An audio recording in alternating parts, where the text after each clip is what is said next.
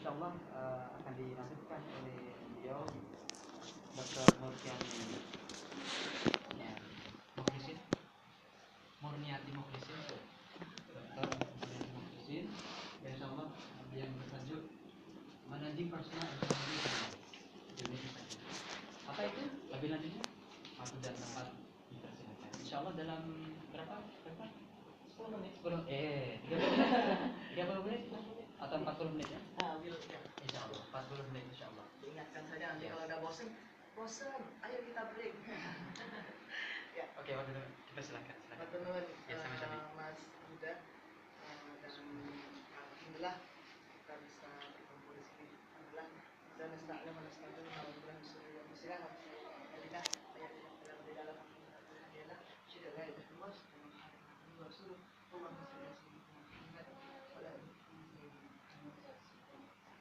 yang dirahmati oleh Allah, keluarga Pak Ansari dan Mbak Ria, Kak Sida, Mas Huda dan ibu sekalian, Bapak Ibu, Mas dan ibu-ibu sekalian, Bapak sekalian, alhamdulillah. Assalamualaikum warahmatullahi wabarakatuh. Waalaikumsalam. Alhamdulillah, luar biasa, tidak ada dalam perencanaan sebenarnya, karena 2 minggu yang lalu suara saya hampir habis. Luar biasa animo di Australia untuk kajian-kajian sejenis ini. Kemarin sempat di Melbourne, Sydney, dan Brisbane, berjumpa dengan komunitas-komunitas Indonesia di sana.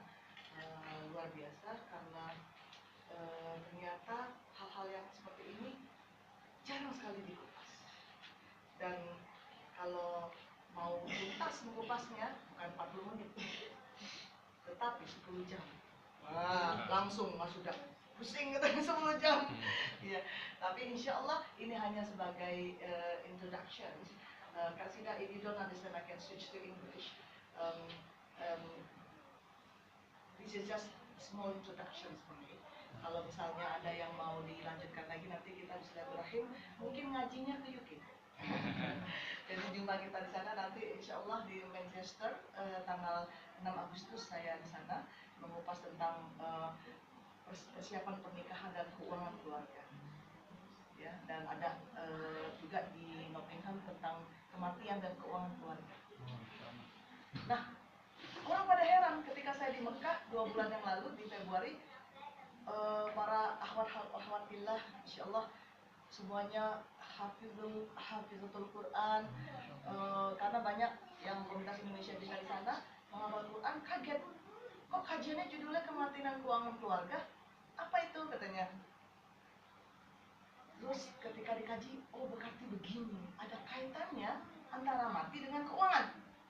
Nah, jadi kita lihat sekarang saya tanya, ini wajah-wajahnya wajah rajin mengaji nih, jadi saya agak gugup sedikit nih di sini dibandingin teman-teman kita di Australia yang mungkin sangat sedikit sekali sentuhan untuk mengkaji atau mengadakan taklim-taklim sejenis yang ada di Brunei. Mau tanya Mas Huda atau Mas yang tadi ketemu Mas Syarif, satu hari kira-kira seorang individu yang belum nikah gitu ya. Saya udah nikah. Udah nikah. Atau ibu-ibu, mbak-mbak, Kak Sida, satu hari how many hours do you think or do you have a transactions with money? Berapa kali? Petrol station and market. How many hours in a day? Less than an hour. What about you? 3 hours. Ibu boleh nggak? Apa? Ibu yang cantik. Berapa jam? Never think about it.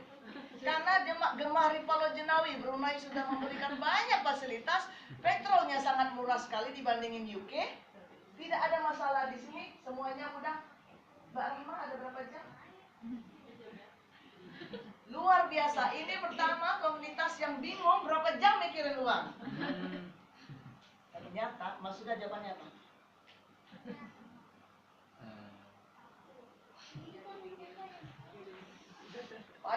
pagi ketika kita bukan mikirin uang tetapi bertransaksi uang. Pagi-pagi Mbak Rahma mengeluarkan teh segala macam, itu adalah asal usulnya uang.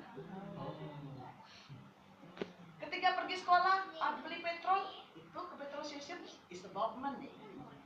Siang mikirkan nasi katok segala macam, $1 is money.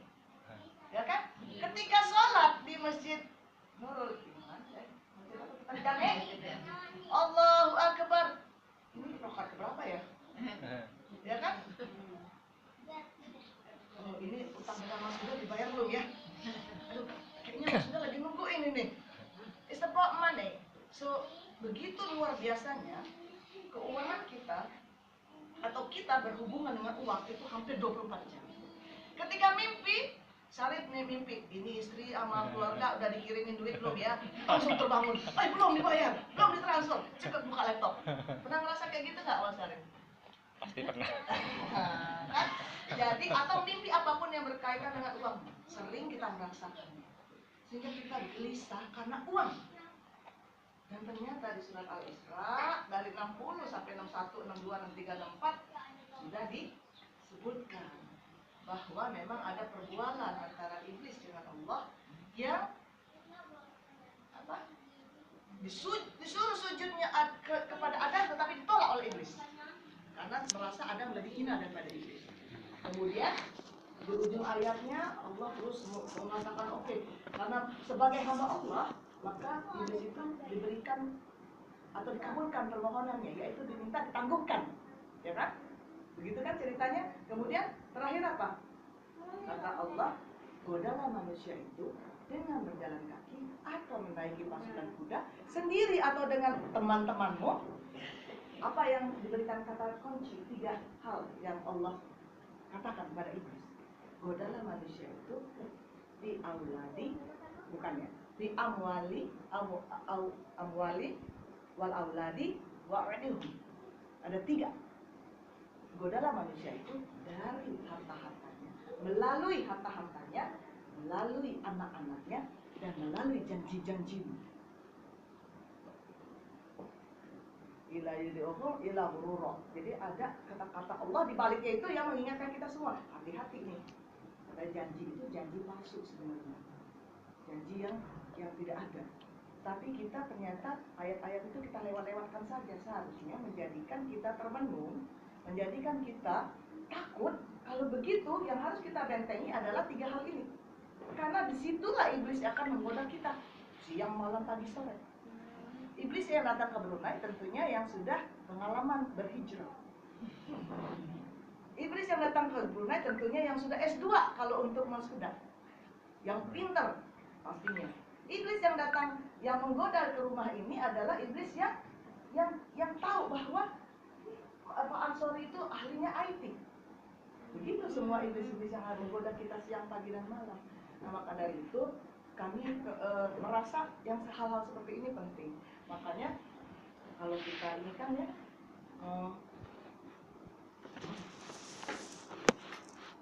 hal-hal yang seperti ini ternyata perlu disinggung-singgung terus. Nah, ini biasanya saya membawakan dengan suami. Cuman suami alhamdulillah waktu ke sini tidak sempat silaturahim ya. Tapi insya Allah akan bersama-sama kita kalau diberikan izin oleh Allah. Dan inilah sebenarnya kita cepatkan di sini adalah segala sesuatu itu. Siapa tahu Brexit itu bisa terjadi. Tidak disangka sama sekali. Karena David Cameron betul-betul merasa bahwa Brexit itu tidak akan berhasil. Artinya orang yang sudah sepandai mereka pun ada tim khusus yang buat statistik dan kampanye bahwa jangan pisah dari EU, ternyata terjadi. Artinya kita ada sesuatu, banyak sekali hal yang tidak bisa kita antisipasi terjadi dalam hidup kita, ya. Dan itu sudah dijelaskan di dalam surat Yusuf misalnya bahwa banyak apa kira-kira yang ketika ditakwilkan mimpinya Nabi Yusuf, ketika mimpinya raja itu, ya, yang ditakwilkan oleh Nabi Yusuf adalah mengenai antisipasi. Inilah yang kadang-kadang kita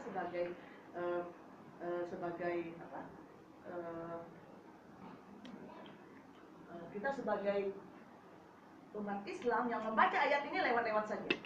Ternyata maknanya luar biasa, ya. Luar biasa. Ketika apa? Ketika disebutkan wasaba'atun bulatin khudri wa ukhra yabisat. Ya, nanti kalau tafsirnya lebih lanjut tanya Ustaz Hadi. Ya. Nah, inilah apa? Inilah yang menjadikan salah satunya adalah ketika kita sedang gemah di Pulau Jedawi seperti ini di Brunei, ketika Allah memberikan banyak fasilitas beasiswa yang berlebih-lebih kepada kita saat ini, ternyata Nabi Yusuf mengatakan kepada raja, jangan lupa bahwa nanti ada musim kering. Jadi ketika kita panen sekarang, sisakan separuhnya untuk ketika musim kemarau. Ya inilah yang menjadikan ternyata keuangan keluarga kita harus lebih mantap lagi, ya, lebih penuh dengan perencanaan. Nah, kemudian ya ternyata itu kegelisahan kita, ya.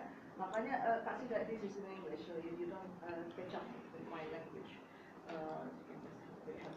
This one, ternyata feeling tranquility, feeling at ease, feeling comfortable, ya, it's something that we are looking for. Nah inilah yang menjadikan ternyata kita cari-cari terus, ya, kita cari-cari terus. Ternyata bukan datangnya dari uang, ya kan? Datangnya bukan dari uang atau beasiswa, datangnya dari Allah yang menjadikan keluarga kita, menjadikan diri kita pribadi dan keluarga kita menjadi punya ketenangan. Nah, itulah sebenarnya yang kita cari, ya.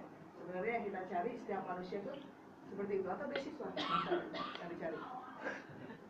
Tidak Allah dan beasiswa. Ketenangan dan beasiswa.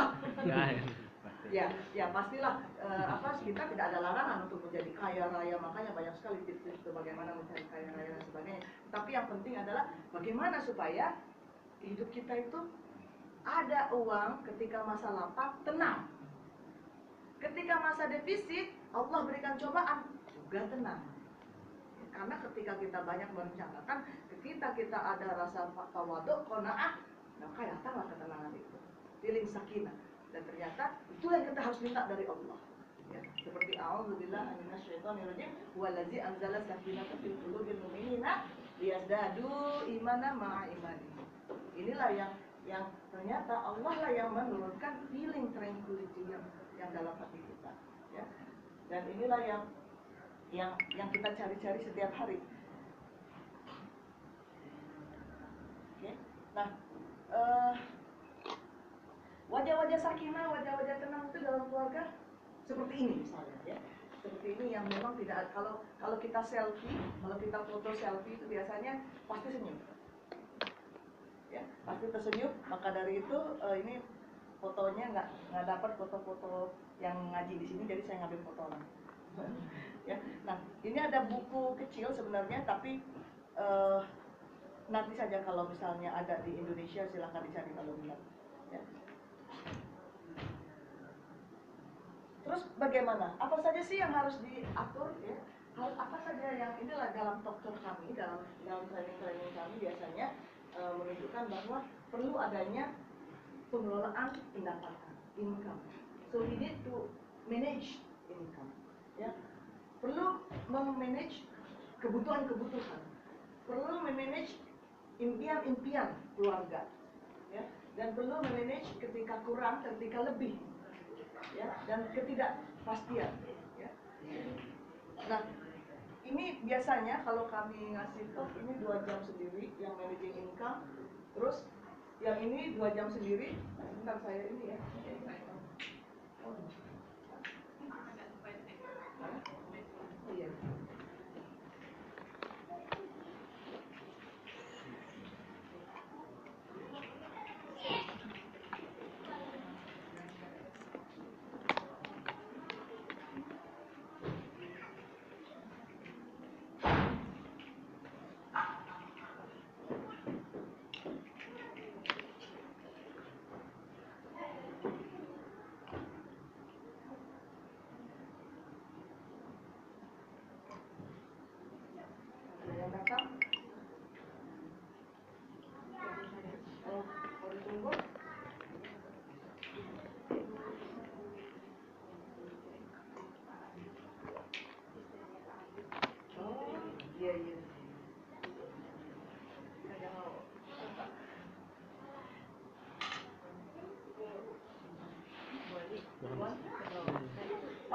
yang mau sakinahnya tak datang sebab kurangnya ilmu tentang halal haramnya. Itu sebab tu sakinah sebab everyday life kan kita mana pun mesti ada transaction dengan bank, with our life, right? So if you don't know buying house, buying itu property kan, and then misalnya insurance, kereta, wajib macam you know what but you know macam itu yang tak sakinahnya. Yeah, I agree with you. Yeah. I agree with you. That is why when managing income, then there will be 7 principles that we have to abide by. Salah satunya yang itu. Nanti kita tengok. So,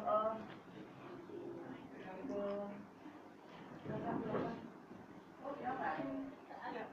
Ya kami memang perlu ini. Bukan ini untuk organize.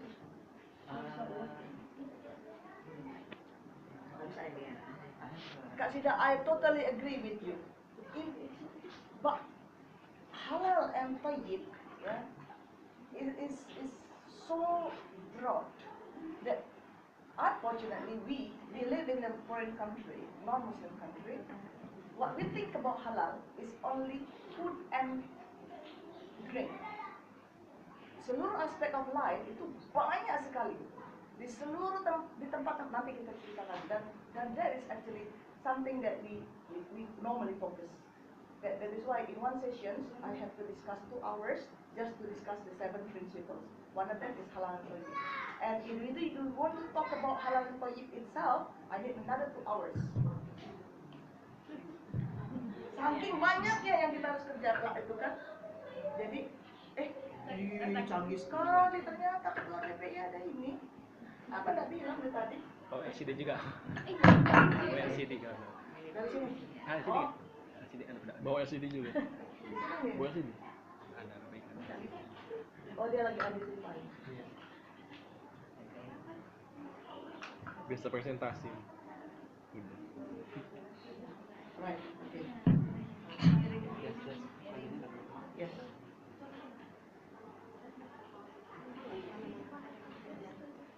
We can do this. Gimana tuh? Gini. Oh yeah. But again. Di sini. Sebenarnya. So again, this is what normally average people have the problem. Starting with this one. Why? We have less income. Kita kekurangan uang. Okay? Kemudian kita tidak ada security, maksudnya nanti pensiun ada nggak ya? Normally it started with that, ya. Terus kehilangan sesuatu yang biasanya kita punya. Coba bayangkan kalau orang yang biasa di standar livingnya yang sudah tinggi, ketika dia diambil oleh Allah, dia merasa ada sesuatu yang hilang di situ. Mulai dia nervous, mulai dia bingung, mulai dia berpikir berbagai macam cara supaya standar of livingnya stays the same. That is very dangerous. That is why in one of our discussions, kalau misalnya kita zoom lagi, income berapapun, maintain your standard of living. Ya, pernah suatu saat saya punya an income sekitar 5 tahun yang lalu misalnya contohnya, itu income-nya kalau di Indonesia 50 juta itu sudah terlalu banyak. To us yang biasa makan biasa sudah terlalu banyak. Yang kami habiskan setiap bulan adalah 1/4-nya saja, 1/4 of the income. Because why? We had an agreement that we have to stay at our normal standard of living. We don't immediately go to the boutique, langsung bajunya jadi 1 juta, 2 juta, satu helai. Tidak tergoda sama sekali. And we did not use credit card, karena credit card itu kan simbol. Jadi dia satu brand bahwa kita itu sudah punya middle class ke atas. We avoided credit cards. Sehingga ketika kami memilih untuk ke UK, tinggalkan semua jabatan dan hanya hidup dengan beasiswa dan side income di UK, we didn't feel any anxiety. So because we maintain that standard living. Seperti itu kira-kira ya. walaupun ada gejolak sedikit, tetapi sedikit. Seperti Brexit, kalau ditanya apa gejolaknya, banyak. Pastilah. Yang namanya dari menikah kemudian cerai kan, ada sedikit gejolak. Tapi what about in the future? UK akan semakin, kan UK itu bagi saya dan beberapa atau banyak lah ya teman-teman yang hidup di UK, is the only country in the Europe yang paling respect dan toleran dengan Islam dibandingin negara-negara Eropa yang lain. Sehingga ketika dia memilih visa dari EU, dia akan punya independent decisions. Seperti beberapa bulan yang lalu mereka mau menurunkan harga alkohol, menaikkan harga alkohol. Why? Karena nanti ketika harga alkohol naik, berarti yang konsumsi akan turun dan biaya kesehatan akan turun. Kenapa? Semakin banyak orang yang mabuk, semakin banyak orang yang minum, semakin banyak orang punya heart attack, darah tinggi, blood pressure dan sebagainya, semakin banyak yang pergi ke hospital. Dan itu beban pemerintah. Tetapi ia mengatakan, jangan katanya, jangan turunkan. Kenapa? Karena Jerman termasuk pemasok minuman terbesar. Contohnya seperti itu. Artinya, decision yang dibuat oleh UK tidak akan bisa independen semasa dia engage dengan EU atau menjadi member EU. Tapi kita lihat saja nanti, menurut kalau pengamatan saya, bagi Islam itu diuntung. Allah. Nah, kemudian itulah ketenangan itu, bahkan seorang Abu Bakar, beliau itu kan teman Rasulullah, sahabat Rasulullah, tetangganya Rasulullah, dan yang paling lembut orangnya, yang paling ikhlas orangnya, walaupun dia seorang yang kaya raya, tidak menghiraukan hartanya, dan bahkan salah satunya Bilal adalah yang pernah ditebus oleh Abu Bakar dan beberapa yang budak-budak yang lain untuk karena mereka masuk Islam dan disiksa dengan hartanya. Begitu hilangnya dunianya. Tetapi ketika bersama-sama dengan Rasulullah berhijrah, kemudian mereka berdua di Gua Thur, seorang Abu Bakar tidak tahan dan merasa gelisah. Apa kata Rasulullah? Ya Abu Bakar, kalau kita berdua, aku dan engkau memang berdua, tetapi yang ketiganya adalah Allah. Ya kan? Maka dari itu turunnya ayat At-Taubah 40. Hasbunallah, la tahzan, innallaha ma'ana. Nah, inilah yang maka dari itu sering-sering kita sebutkan dalam keluarga kita, ketika ada gejolak-gejolak, ataupun ketika yang beberapa banyak sekali fasilitas yang kita dapatkan, yang merupakan cobaan, amanah, tes, ya, adalah hasbunallah wa ni'mal wakil, wa ni'mal nasir. Ya. Nah, la tahzan innallaha ma'ana. Jadi kalau ada yang mengeluh, istrinya Mas Syarif kalau mengeluh, di telepon la tahzan innallaha ma'ana. Iya Mas, tapi transfer ya. Iya dong, transfer. Jangan lupa la tahzan innallaha ma'ana, tapi lupa transfer gitu. Tambah lagi dulu dia aja. Ya. Nah, begitu kira-kira.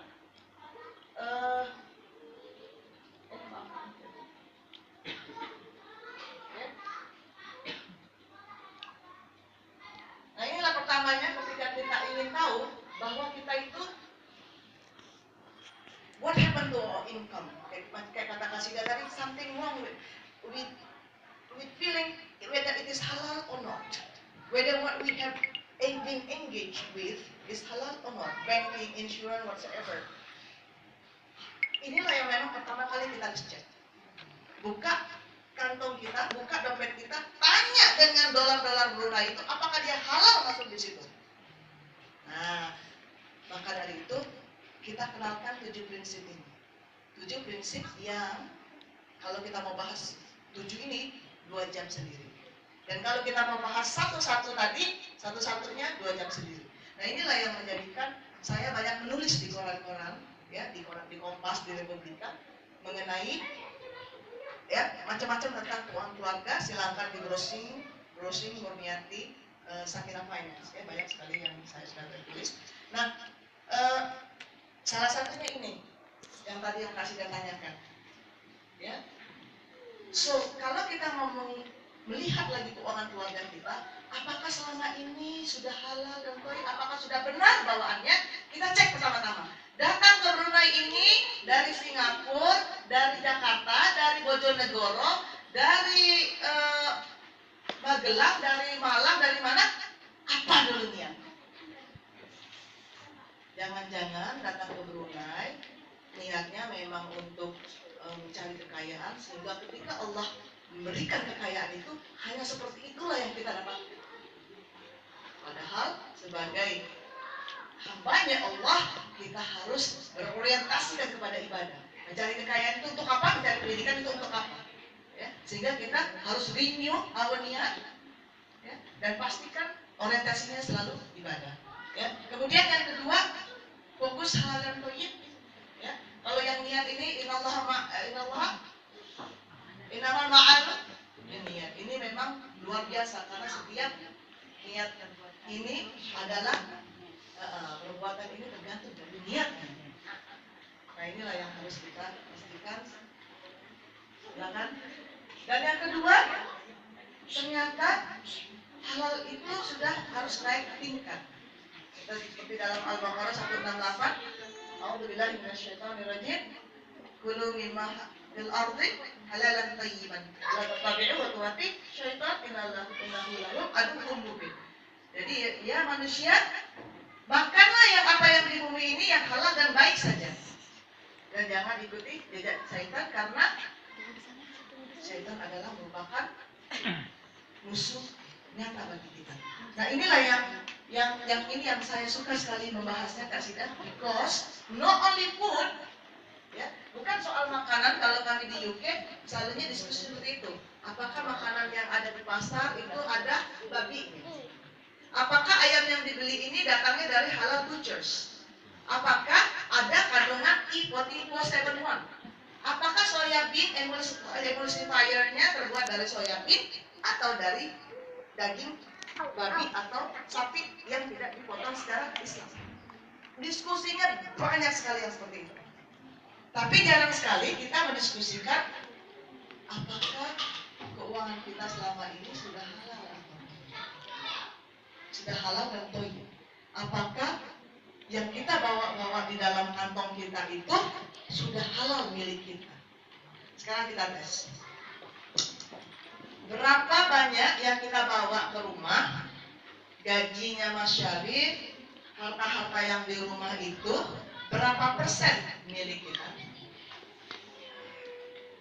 Kasih dah, berapa yang itu, how much in percentage that Allah has given as an amanah for us to spend, to manage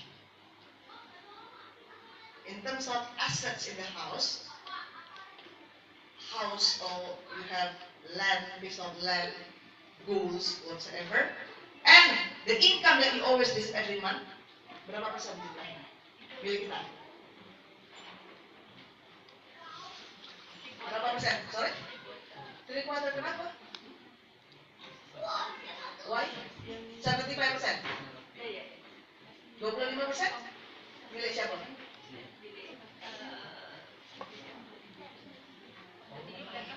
Dan disedekahkan 25%. Kalau itu mudah? Oh, tak pasti ya jawabannya. Mbak Nia, berapa persen milik kita? Yang ada di dompet Mbak Nia, yang ada di peti emas di rumah, berapa persen milik kita?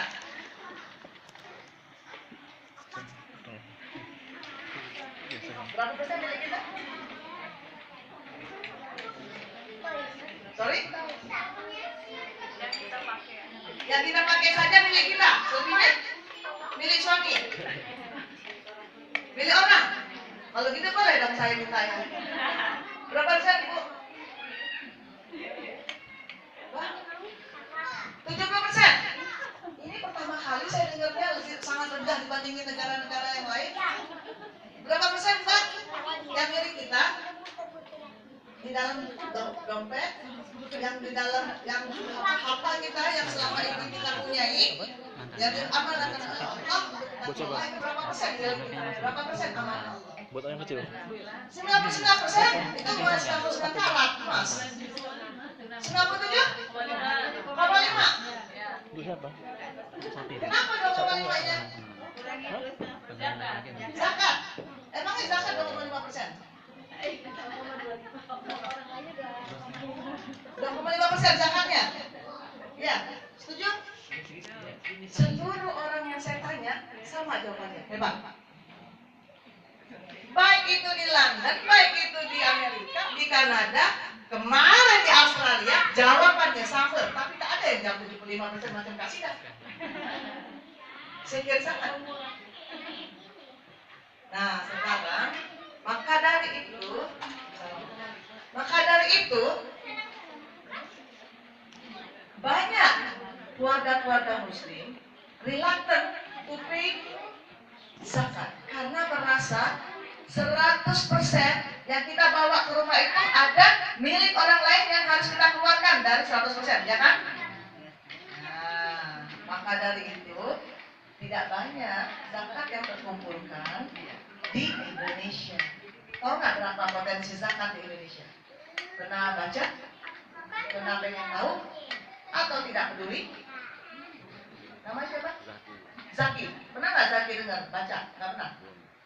Potensi zakat di Indonesia, Harvard Study about Singapore, adalah 217 triliun tahun 2011. Hitung-hitungan saya 400 triliun tahun 2016. Tetapi yang terkumpul berapa? Zakat kita yang terkumpul berapa di Indonesia? Ada 4 triliun, 34 triliun, jauh sekali kan? 1 tahun. Kenapa seperti itu? Karena banyak keluarga-keluarga kita yang mikir kalau harta kita itu harus dikurangi 2,5% atau 30% macam Kak Sida. Kalau orangnya ikhlas macam jamaahnya Ustaz Haki seperti ini, insya Allah ikhlas untuk mengeluarkannya. Tetapi banyak keluarga-keluarga yang lain enggan membayarkannya karena ada yang harus dikurangkan dari hartanya. Padahal di dalam surat Al-Ma'arij, ya, yang ketika Allah menyuruhkan tentang orang-orang yang musolli, ya, di ayat 19, 20, 21 adalah orang-orang yang menjaga sholatnya, adalah orang-orang yang menjaga sholatnya daimun, yang selalu menjaga sholatnya. Terus apa lagi? Yang mengeluarkan hartanya, bagian dari orang lain dari hartanya, ya, bisa ini wal marhum, dan orang-orang yang meminta atau diam-diam. Artinya ayat itu mengatakan bahwa ada harta orang lain yang dikeluarkan darinya. Artinya yang kita bawa-bawa itu, kalau kita tidak rajin bayar zakat atau salah hitungan zakatnya, adalah yang kita bawa-bawa selama ini, yang ada di rumah ini. Misalnya ini rumahnya Mbak Fitri adalah 102,5% atau 105% atau 110% atau 120%. Ya. Maka dari itu jangan merasa ada yang dikurangi, tetapi ada harta orang lain yang harus kita bersihkan, kata Rasulullah, daki-daki manusia. Jadi zakat itu daki-daki manusia. Kami para nabi tidak menerima zakat, karena zakat itu daki-daki manusia. Artinya memang dia daki-daki itu kan harus dikeluarkan, bukan mengurangi kulit kita, bukan merobek kulit kita, tetapi dia harus dibersihkan. Seperti itu sifatnya. Tetapi sayangnya kita tidak merasa itu harus keluar dari bagian harta kita, tetapi merasa bahwa itu adalah bagian harta yang harus dikurangi. Ya. Nah itu yang makanya yang di sini banyak sekali masalah Kak Sida. Not only transaction, not only banking transaction, ya, ini mudharabah, ini musyarakah, ini mortgage-nya bagaimana, ini halal tak, ini apa segala macam. Bukan hanya itu, tetapi yang harta yang kita bawa-bawa, tapi hitungan zakatnya salah, ya, tetapi yang menguranginya tidak tepat, termasuk hal-hal yang tidak halal yang kita makan selama ini. Jadi maka dari itu kami mengenalkan 7 prinsip ini. Kalau ada masalah dengan keuangan kita, ada masalah dengan keluarga kita, ya, cek dulu satu-satu masalah ini. Niat kita sudah bagaimana? Apakah yang selama ini kita makan sudah bebas dari zakat dan hutang-hutang yang tidak jelas? Ya, maka dari itu harus diselesaikan dengan baik. Ya, banyak sekali ibu-ibu mau kesini. Ya, nah inilah yang kita harus pastikan. Nah, kemudian ya ini kalau kita bahas banyak ya, kalau harus dibahas 2 jam sendiri, jadi sekali ini aja. Jadi salah satunya adalah ketika harus bangun awal ketika pagi, ini menjadikan suatu keberkahan yang insya Allah membawa ketenangan tadi untuk keuangan keluarganya, keuangan keluarga kita insya Allah. Ya, kemudian juga masalah zakat, infak dan hadiah ini bagaimana juga harus kita biasakan dalam keluarga. Maka dari itu perhitungan zakat harus tepat. Bagaimana menghitung zakat gaji, bagaimana menghitung zakat mal, bagaimana menghitung zakat pertanian. Kenapa tadi saya sebutkan 105, 110, 120? Zakat apakah yang 5%? Zakat apa? Ada nggak zakat 5%? Nggak ada? 10%? Zakat pertanian 10%, 5%. Ya. Terus zakat apa lagi yang 20%? Ada nggak zakat 20%? Zakat apa yang 2,5%? Profesi. Mal, profesi, terus apa lagi? Kalau ada orang mengatakan, boleh tak saya bayar zakat 10% setiap bulan?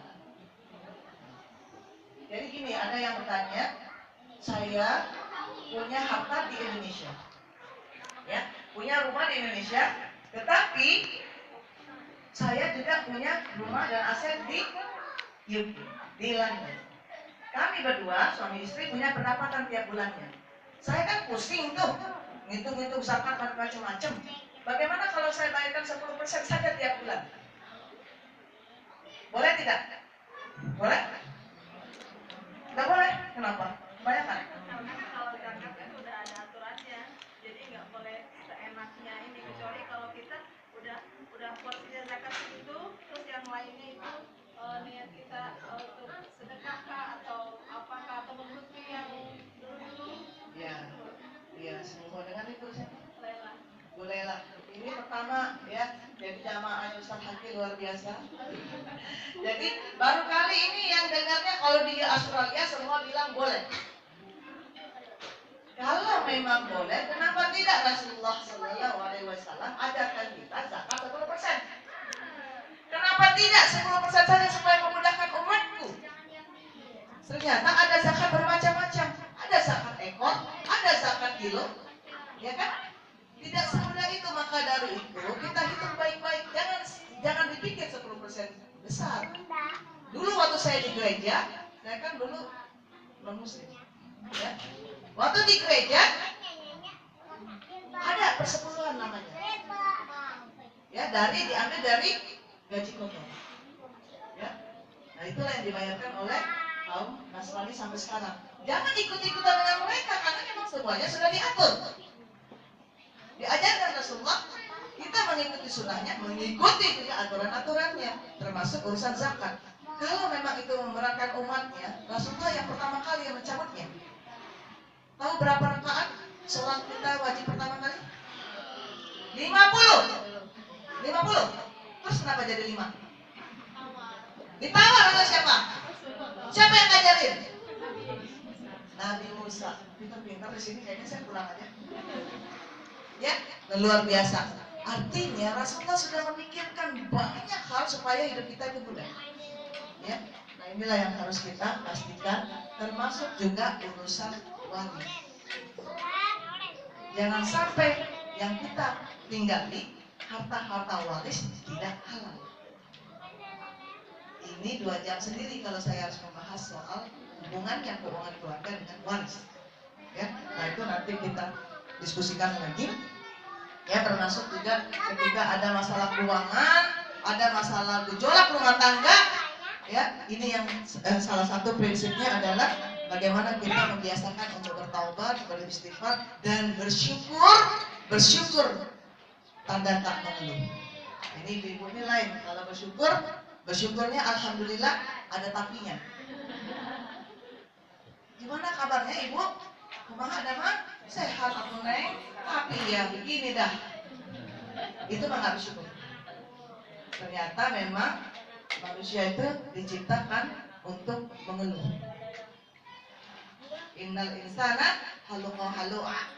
Ya, memang manusia itu diciptakan untuk mengeluh. Ya, tapi disambung lagi adalah ilal musallin, ya, orang-orang yang menjaga sholatnya, yang orang-orang yang selalu biasa dengan sholatnya dan sebagainya. Nah,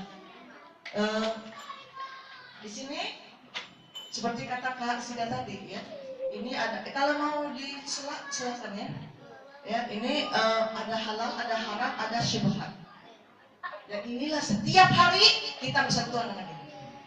Dan tidak kita sadar. Bahkan sekarang kadang-kadang kita tergoda. Udah nggak apa-apa, halal lah insya Allah.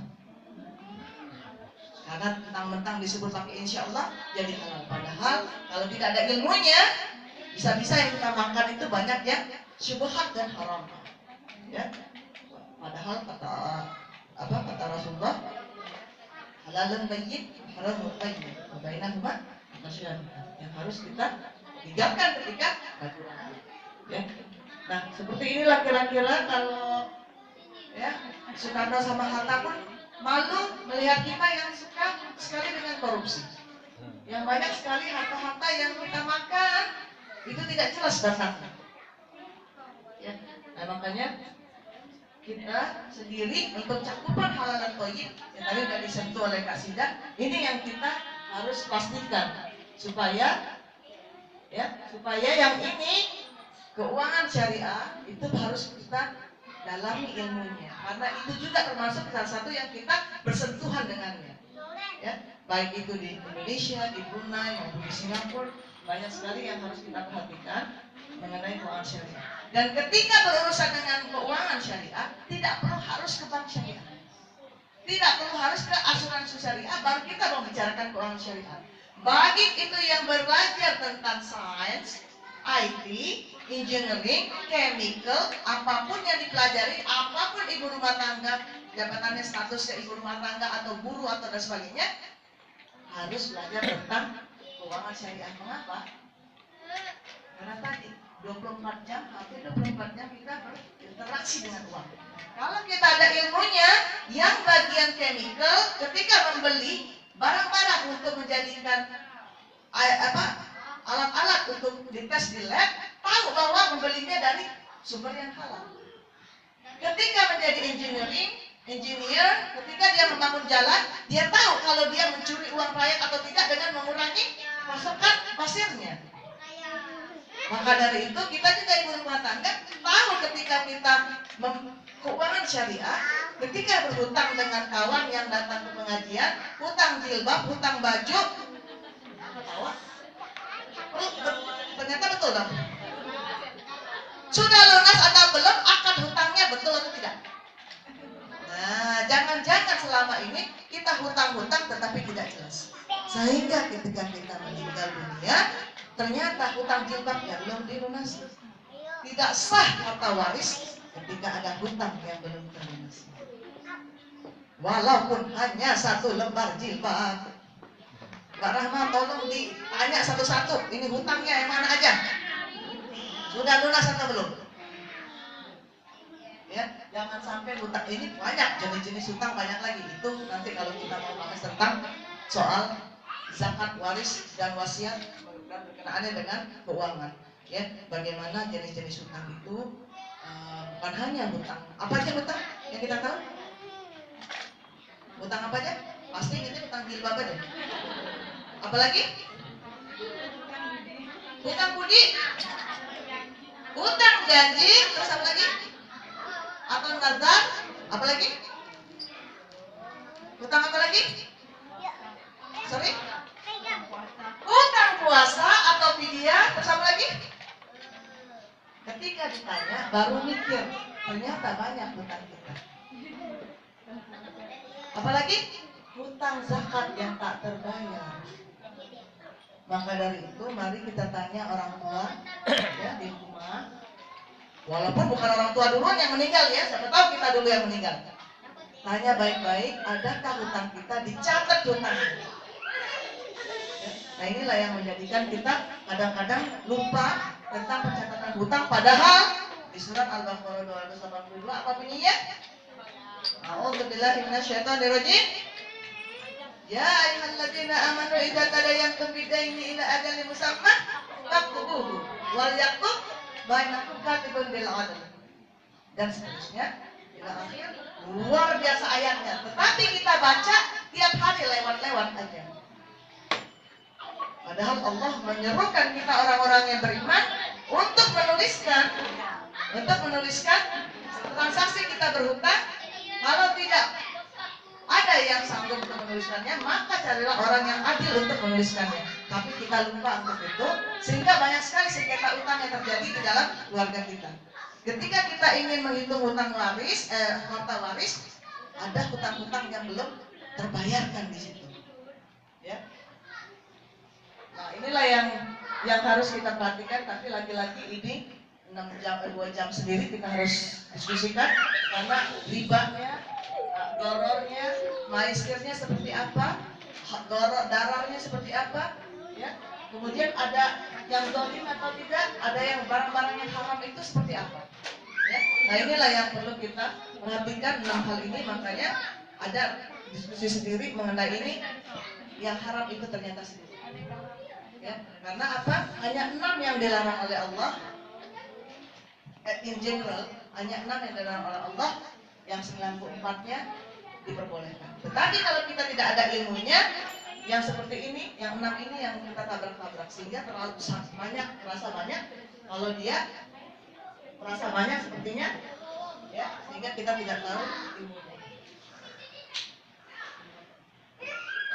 Ya. Nah ini yang haram itu sedikit, yang ini saya benar kemarin bawakan. Nah kemudian ini salah satu tadi masalah income. Itu yang kedua adalah masalah kebutuhan. Ya. Nah kebutuhan inilah yang banyak yang kita harus perhatikan, tapi ada cara mengeceknya. Ketika kita memenuhi kebutuhan kita yang nggak habis-habisnya ini, apa yang harus kita perhatikan? Ya, ada istilah maqasid syariah dari Imam Al-Ghazali, ya, yang mengatakan bahwa ada hal-hal yang 5 hal yang kita bisa perhatikan, yang bisa kita gunakan untuk mengukur apakah sudah pas atau sudah boleh kita memenuhi kebutuhan kita. Ya, contohnya, apakah yang kita beli itu, apa yang kita keluarkan sudah memenuhi tujuan-tujuan syariah. Ya, apakah dia hifzul din, hifzul nafs, hifzul mal, hifzul akal. Ya, ini bisa menjadi patokan bagi kita. Kalau kita belanja misalnya, Kak Sina nak beli kereta baru lagi, apakah ini memelihara agama saya? Apakah ini menjaga keturunan saya? Sehingga ada layers that we have to can filter what we want to achieve, we want to buy. Ya, ini kira-kira seperti itu. Jadi ada yang bisa kita gunakan untuk menyaring yang kita mau selama ini. Ya. Misalnya ini, apakah membeli game yang banyak-banyak di rumah hifzul akal, memelihara akal kita? Ya, ternyata tidak, maka dari itu kita batasi. Kita hadkan anak-anak untuk bermain game seharian. Ya, karena banyak sekali masalah-masalah yang kita hadapi sekarang. Termasuk Pokemon Go segala macam. Di Sydney, di Brisbane kemarin saya minta foto kan, can you please take me a picture? Hold on, sibuk dengan Pokemon Go ini. Ya, seperti itu sekarang sudah. Nah, kemudian ketika kita menerima uang misalnya, ya, apa yang pertama kali kita harus dahulukan? Pertama kali apa? Misalnya ketika menerima pendapatan, bayar zakatnya.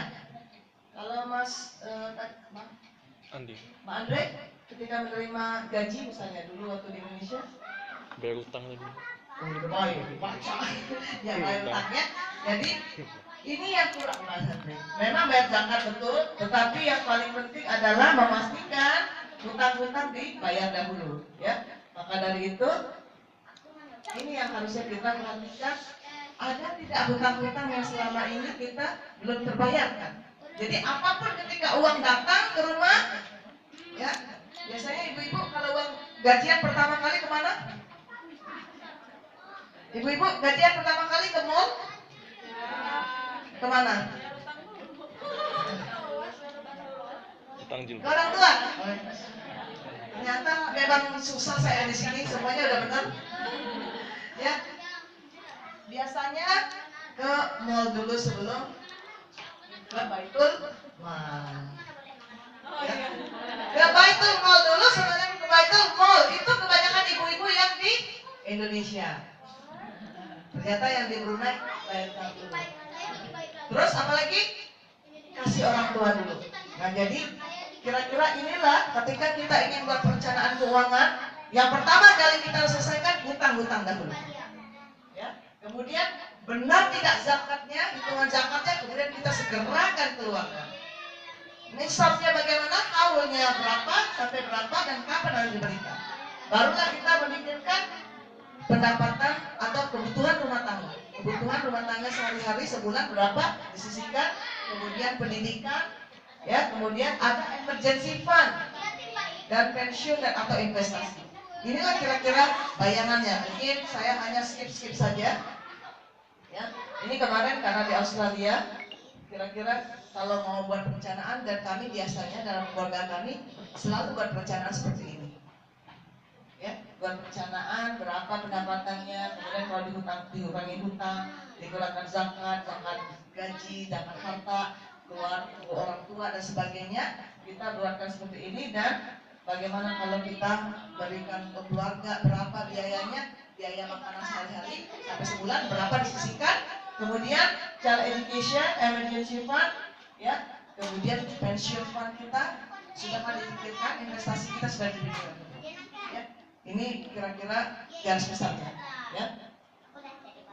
Nah, ini sebenarnya yang kami biasakan di rumah, termasuk juga anak-anak. Maka dari itu ketika kalau saya bahas tentang pernikahan dan keuangan keluarga, siapa yang belum nikah? Udah? Mas sudah? Mas Dari? Mas Andre? Sudah nikah? Sudah. Sudah? Kok ragu-ragu jawabnya? Sebelum baiknya, nah ini kan ada dua yang sudah menikah, dua yang belum. Baiknya mengurus keuangan itu sebelum atau setelah nikah? Atau enggak perlu sama sekali? Barengan. Barengan? Barengan. Maksudnya ketika menikah ngurus keuangan, sebelum nikah? Maksudnya gimana? Maksudnya belum paham maksudnya. Nabung dulu. Mengatur keuangan itu berarti penting. Penting sebelum nikah atau setelah nikah? Sebelum nikah, berapa usianya?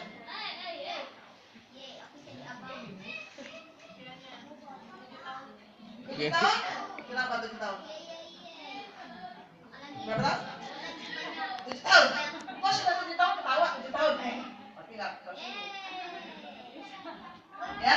Nah, inilah ketika kita lihat bagaimana Rasulullah SAW dikenalkan dengan hidup yang prihatin adalah seusia 7 tahun. Kemudian beliau melihat bagaimana kehidupan orang-orang yang prihatin. Makanya anak-anak kita yang sudah biasa hidup enak di sini harus kita tunjukkan bagaimana hidup prihatin itu. Kalau sempat pulang ke Indonesia, kalau di sini ada orphans ya, atau yang anak-anak yang atau kehidupan yang tidak yang prihatin perlu ditunjukkan kepada anak-anak kita. Begitu kalau pulang ke Indonesia, ya, orang Kak Sida ke Indonesia bawa anak-anak pergi ke orphanage house, ya, atau rumah-rumah panti-panti asuhan, panti jompo, ya, yang orang-orang yang sudah tidak mampu, untuk ditunjukkan kepada anak-anak supaya mau berbagi, supaya tahu perasaan untuk bagaimana berbagi.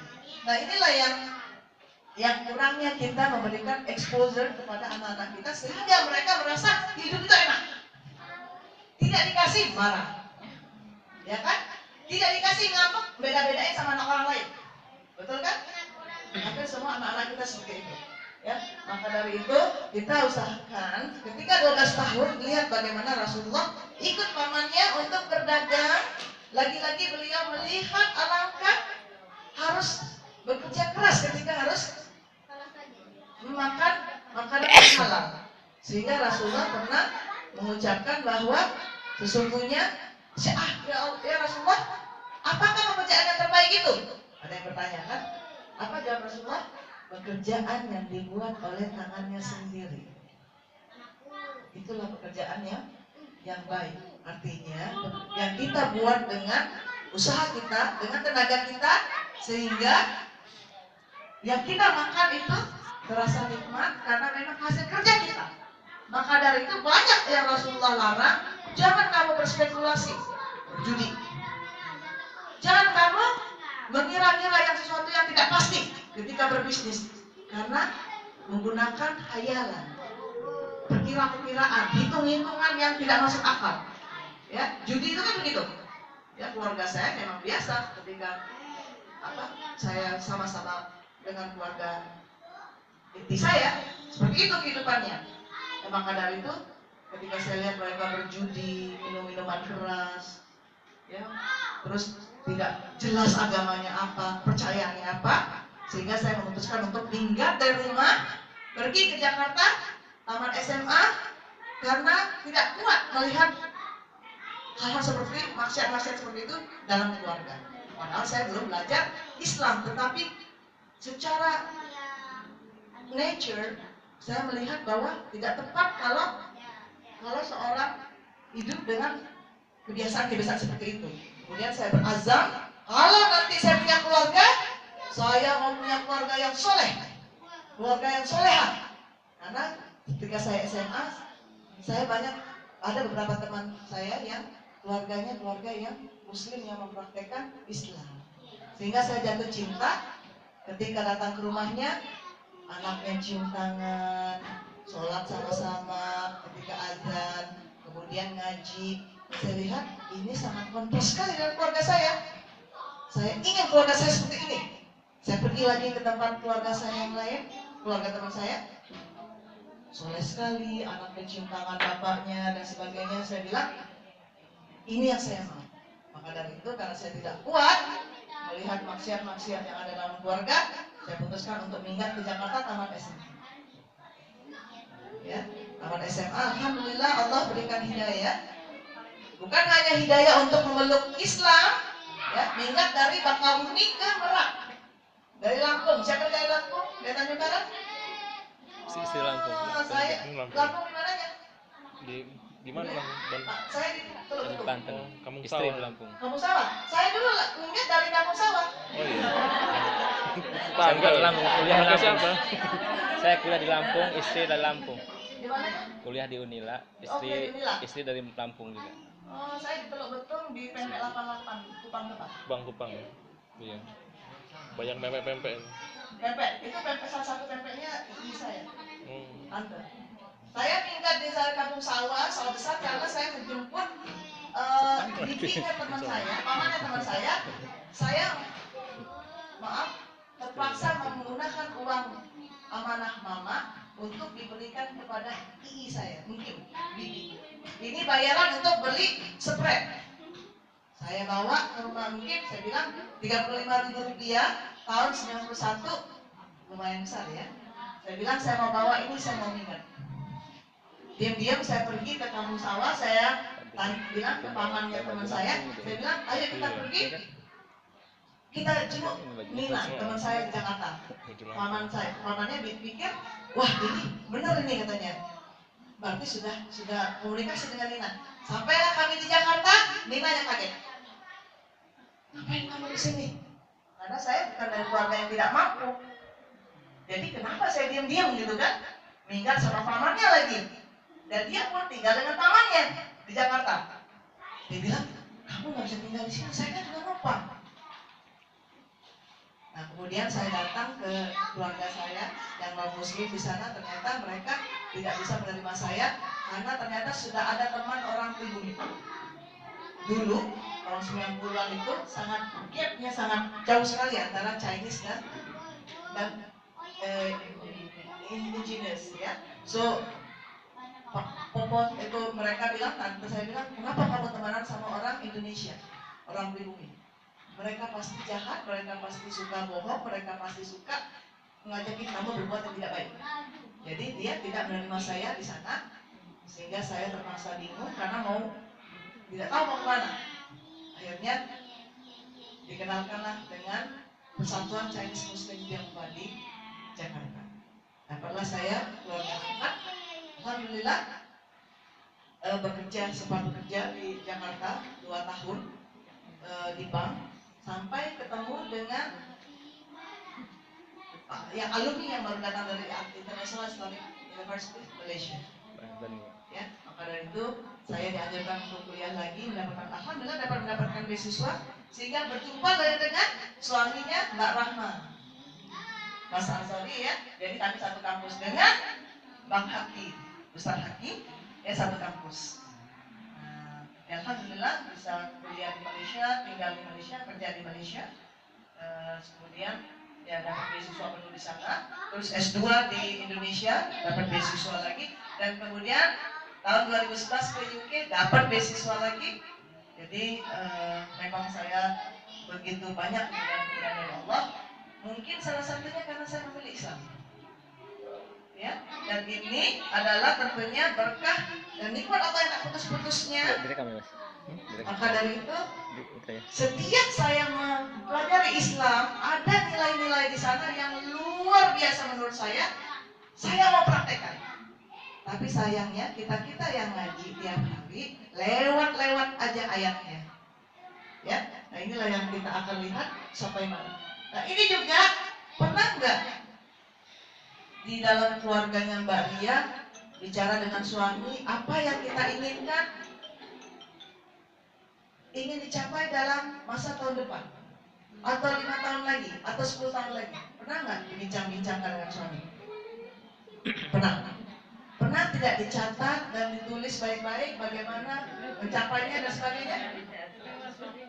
Suami biasa yang mencatat. Oke, coba keluarga yang lain.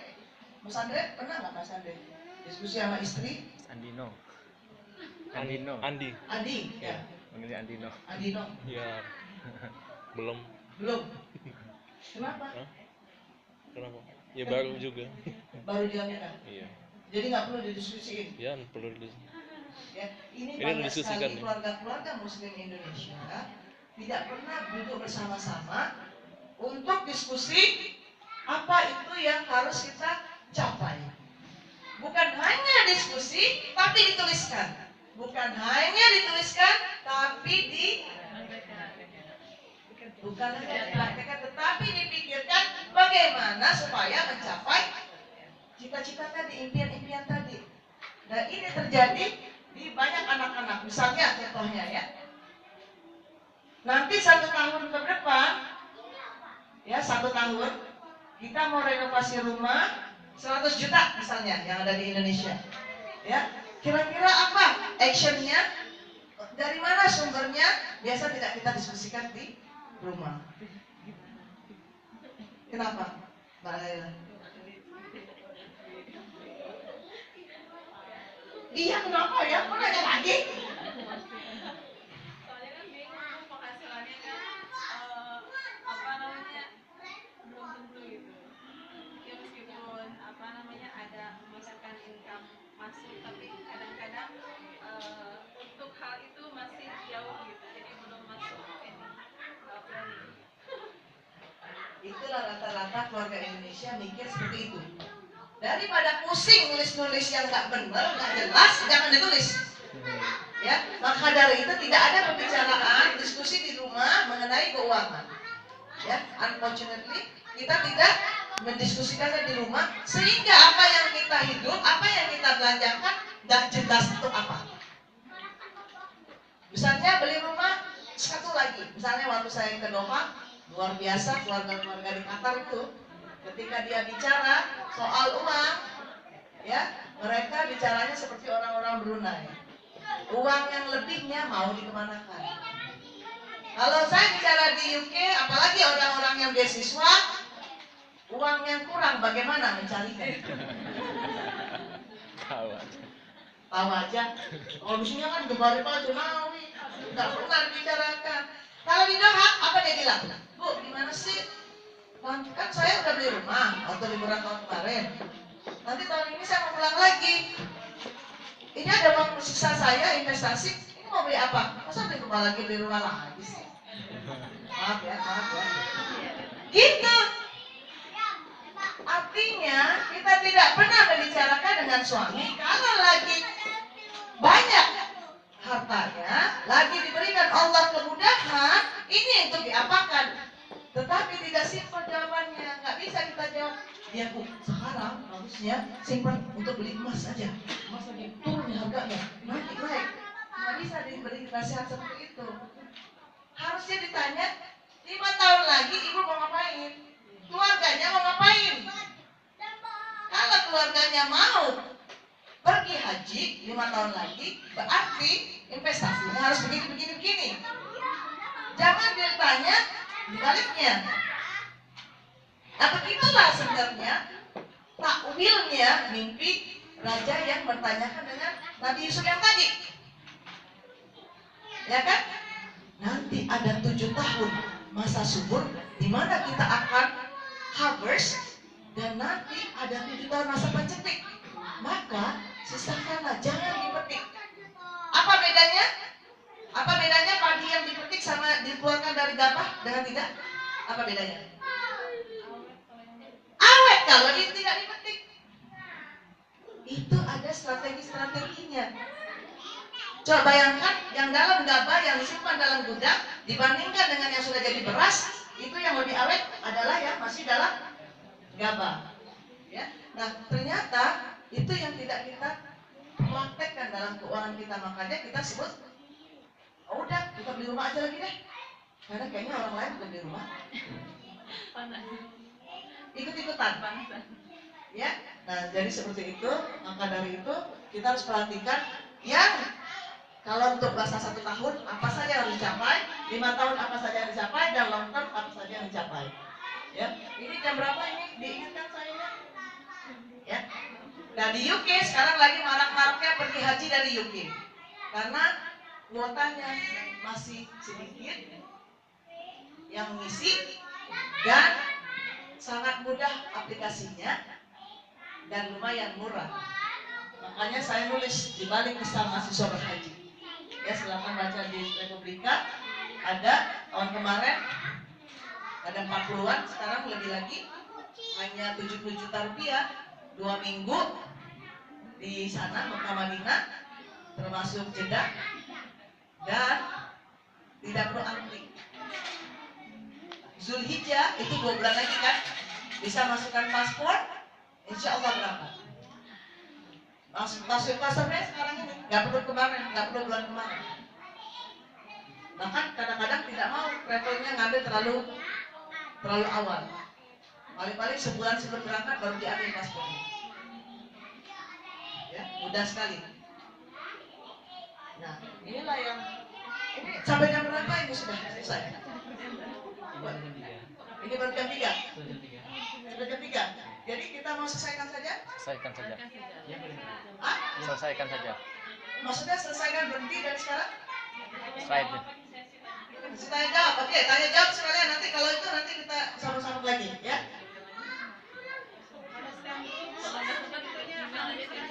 Oh, selesaikan itu maksudnya habiskan. Habiskan loh. Oh, itu bahasa Lampung yang daerah mana ya? Bahasa Brunei. Oh, kalau saya pahamnya selesaikan itu selesai. Oh, stopkan. Oh, itu bahasa Brunei. Ya, nah, tadi apa? Manage keuangan, pendapatan.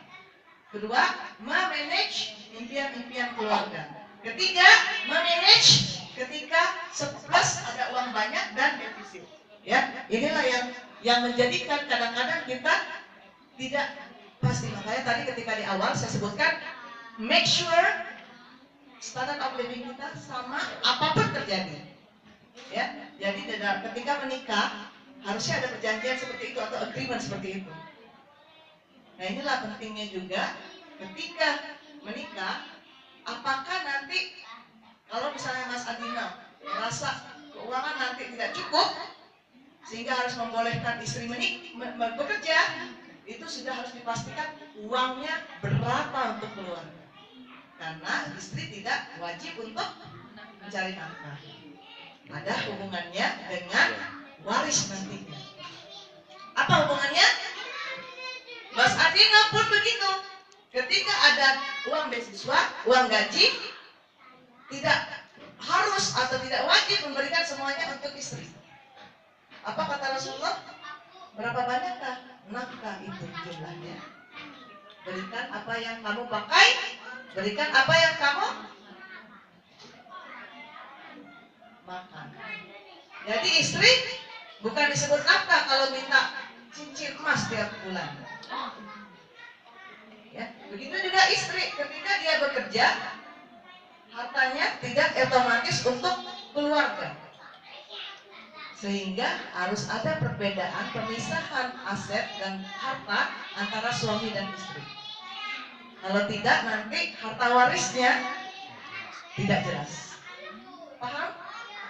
Ini dahsyat. Ketika saya cerita ini, banyak sekali yang baru tahu inilah masalah-masalah waris, masalah-masalah perhitungan harta waris yang menjadi sengketa karena tidak jelas. Tahu bagaimana dampaknya ketika Mbak Laila? Ketika ada perhitungan waris, apa masalahnya ketika harta suami dan istri tidak terpisahkan?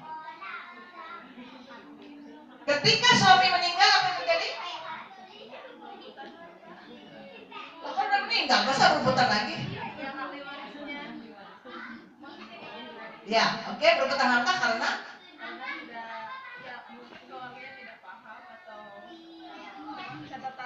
catatan hartanya tidak jelas. ya.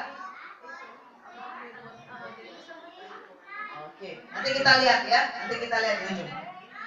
Nah inilah termasuk juga ketika defisit, tadi kan ketika surplus bagaimana untuk diinvestasikan dan sebagainya. Ketika defisit, bagaimana untuk mengatasinya? Ya, tentunya hutang dibolehkan hutang? Boleh hutang, Mas Ali? Boleh. Boleh. Yang tidak boleh apanya? Tidak dibayar. Ribanya. Terus apa lagi? Yang tidak bayar kan? Tidak bayar. Ya. Nah ternyata hutang ini macam-macam. Hutang ini macam-macam. Yang tidak boleh itu ghalabatik. Ghalabatik daini wa qahril rijal.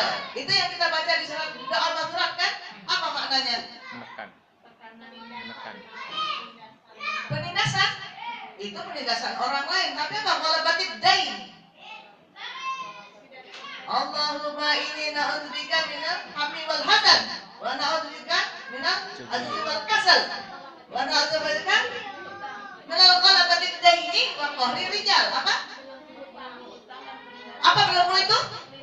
Lilit-lilitan hutang. Yang tidak boleh adalah hutang terlilit-lilit atau hutang yang banyak. Hah? Oke, lubang tutup lubang. Yang menjadikan gali lubang tutup lubang. Ada orang ini datang ke masjid. Kata Rasulullah, mengapa engkau datang? Iya, karena aku gelisah. Apa yang kau gelisahkan? Aku banyak hutang, Rasulullah. Aku ajarkan. Ketika Jibril pernah mengajarkan suatu doa, aku ajarkan kepadamu. Itulah doanya. Yang diajarkan oleh Rasulullah. Allahumma inni na'udzubika minal hammi wal hazan wa na'udzubika minal azmi wal kasal wa na'udzubika minal jubi'in wal bukhal wa na'udzubika minal ghalabatid daini wa qahri rijal. Jadi itulah yang menjadikan benteng kita supaya jangan hutang berkeliling. Gali lubang tutup lubang, itulah yang makanya ketika itu yang tidak dibolehkan. Ya. Dan memang hutang itu walaupun boleh, apa kata Umar, hati-hati dengan hutang, ya, karena dia akan mulai dengan ketakutan dan berakhir dengan peperangan. Yang ditagih lebih galak daripada yang punya hutang. Mbak Rahma, maaf, ini hutang gimana? Ibu ini gimana sih datang terus tiap hari nagih terus? Yang lebih galak deh, ada Rahma yang di sini, Rahma yang di Cengkareng. Ya, banyak seperti itu di Indonesia. Di Brunei nggak ada ya? Ada? Ada, iya betul. Yang jadi gara-gara hutang seperti itu. Makanya Umar bin Khattab 1400 tahun yang lalu udah ngomong. Ya. Nah, jadi ketika hutang itu, apa hutang, bagaimana hutang itu diperbolehkan? Ini kalau kita bicara lagi, ini manage hutang. Bagaimana manajemen hutang? Saya harus perlu 2 jam lagi. Kalau mau sampai subuh besok, ayo. Tapi di UK, karena saya mau berangkat malam ini. Ya, nah inilah yang tadi mengenai kalau ketika ya barang-barang ini. Kemudian apalagi pengaturan yang lain adalah ketika ada hal yang tidak pasti, contingency. Ya, contingency itu hal-hal yang mungkin terjadi. Ya, maka dari itu kita harus banyak-banyak memastikan 5 hal sebelum 5 hal lagi datang. Apakah itu? Masa mudamu sebelum tua, sehat sebelum sakit. Tapi tidak kita praktekkan, tidak kita pahami artinya. Maka dari itu kalau dapat bonus, biasanya reaksi istri apa? Masa Syarif? Reaksinya kalau dapat lebih banyak lebih dari biasanya, reaksinya apa? Bersyukur. Hah? Alhamdulillah. Oh, bersyukur. Alhamdulillah itu nggak ikhlas. Karena apa? Langsung bertanduk-tanduk istrinya. Alhamdulillah mas, cuma tiap hari kayak gini. Langsung. Gimana kalau kita beli itu langsung kalau kita ke mall? Yang kedua gitu kan, mall. Ketiga apa? Pernah nggak? Simpan lah. Ayo cepat bayar utang dulu yang itu. Pernah nggak kayak gitu? Oh pernah. Itulah saya tuh bingung yang di Brunei kayaknya udah soleh-soleha, jadi saya kayaknya harus selesai. Terus apa lagi Mas Arif, Mas Huda, kira-kira apa kalau dapat beasiswa lebih banyak dari yang biasanya?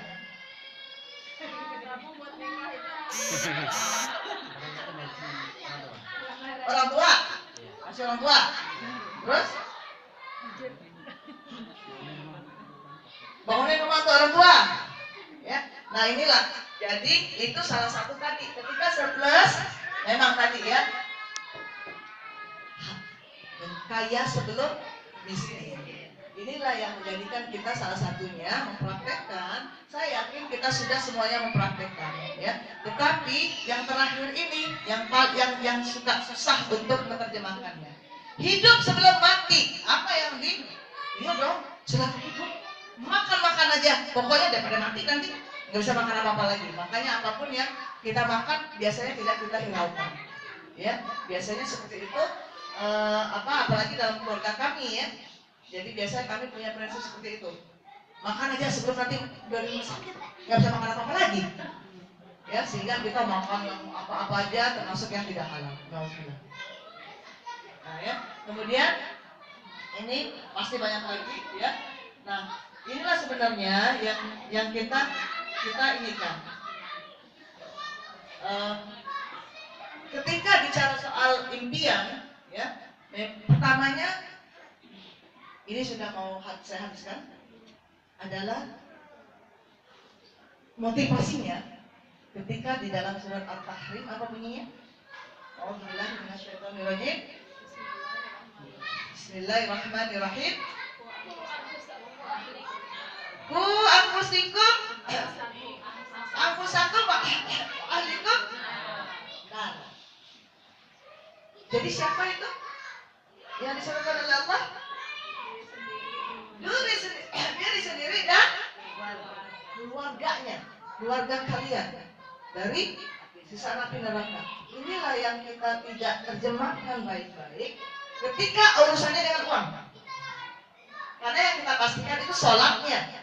Yang kita tanya Rasulullah, sholatnya udah benar belum? Ya kan?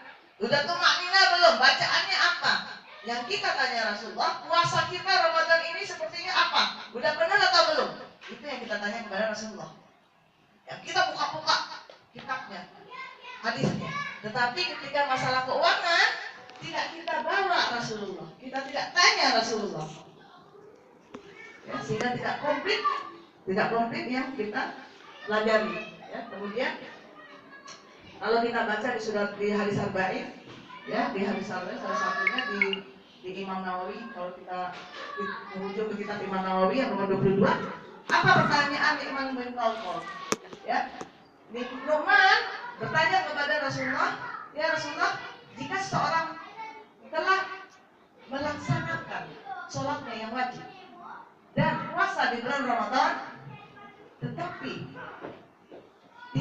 dan dia memastikan semua yang dikerjakannya, yang dimakannya halal dan ditinggalkannya yang haram, apakah dia akan masuk surga ya Rasulullah? Jawabannya apa? Apa jawaban Rasulullah? Ya, kata Rasulullah. Jadi masuk surga itu simple, memastikan sholat kita, memastikan puasa kita, haji kita tidak ditanya, zakat kita tidak tanya. Kenapa?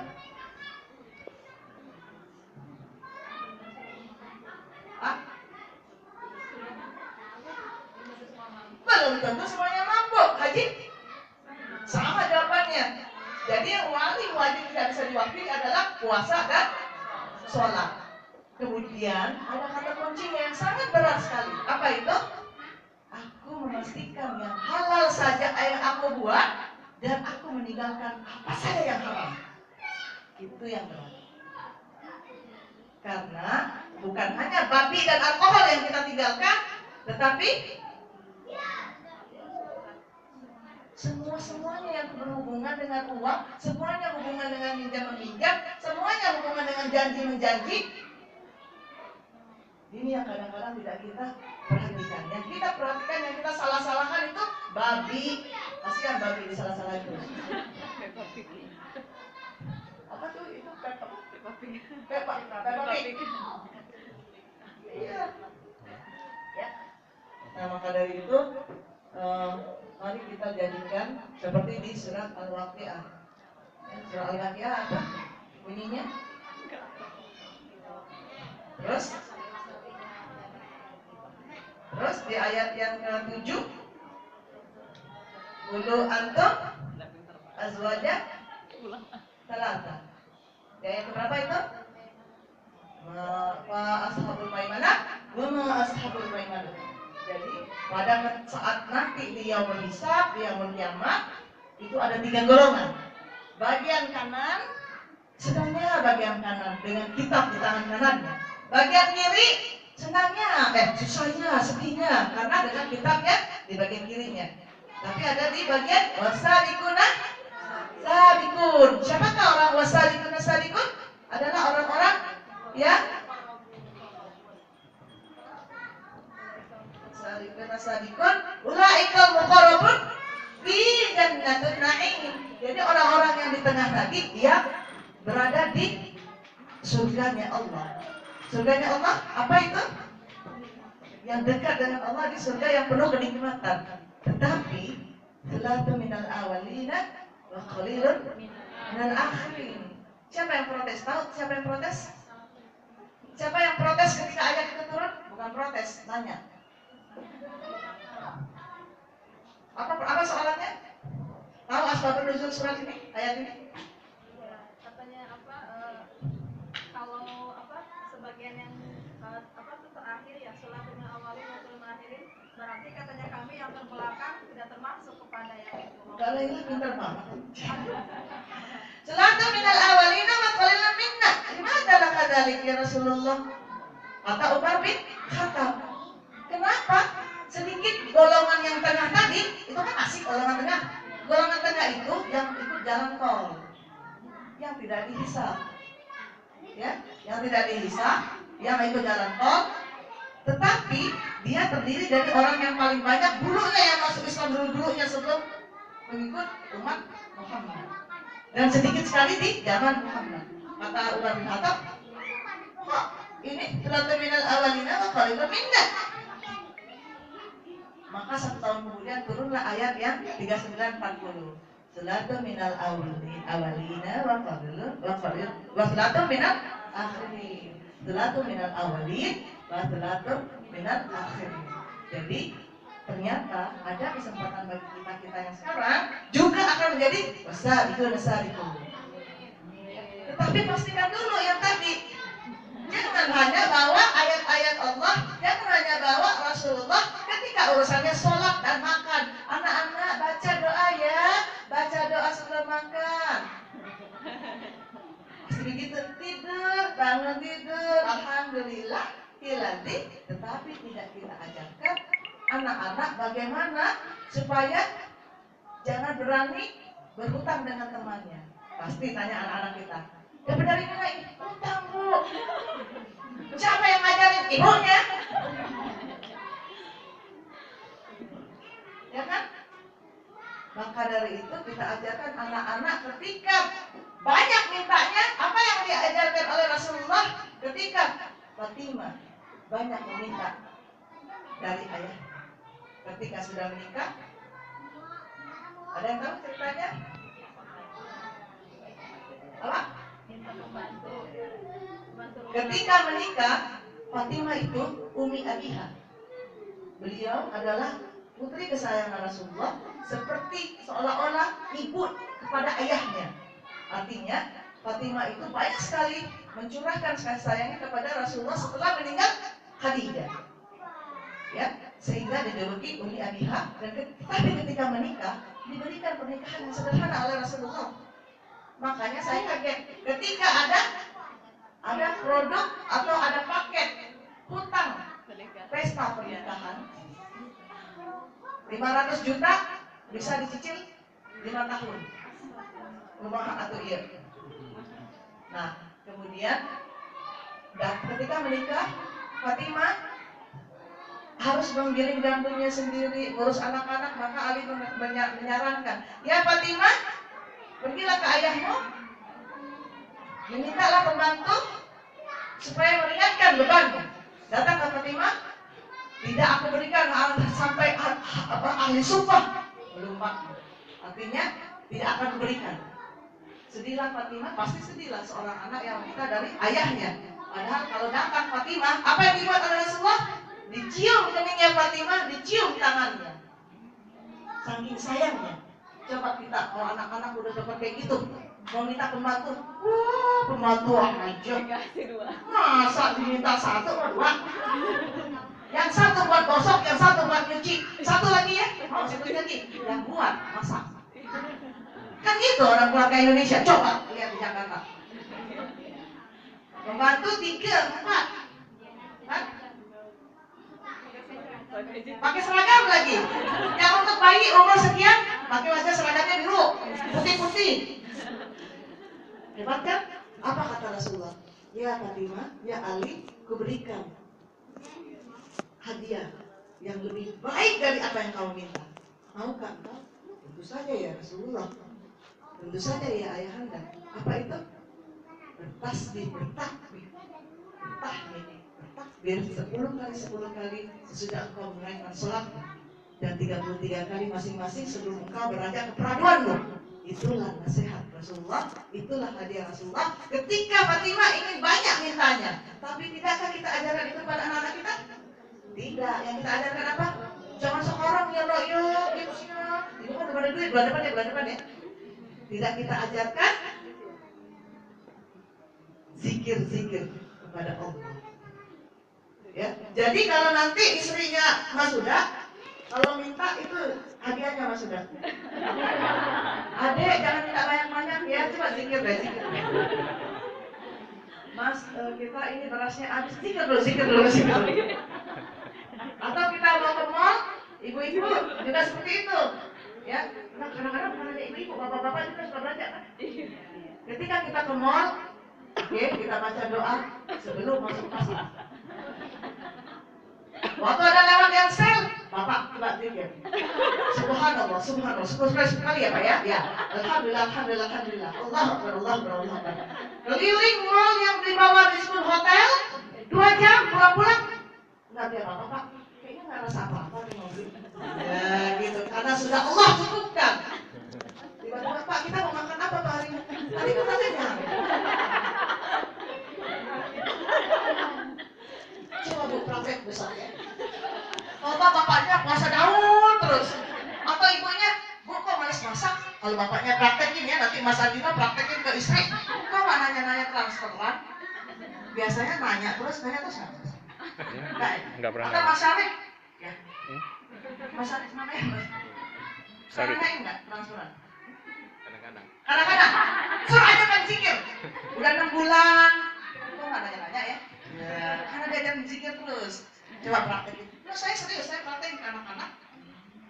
Jadi kalau anak-anak tuh kadang-kadang bercanda kan, Royan, dan forget to zikir. Subhanallah, sampai marah-marah dia.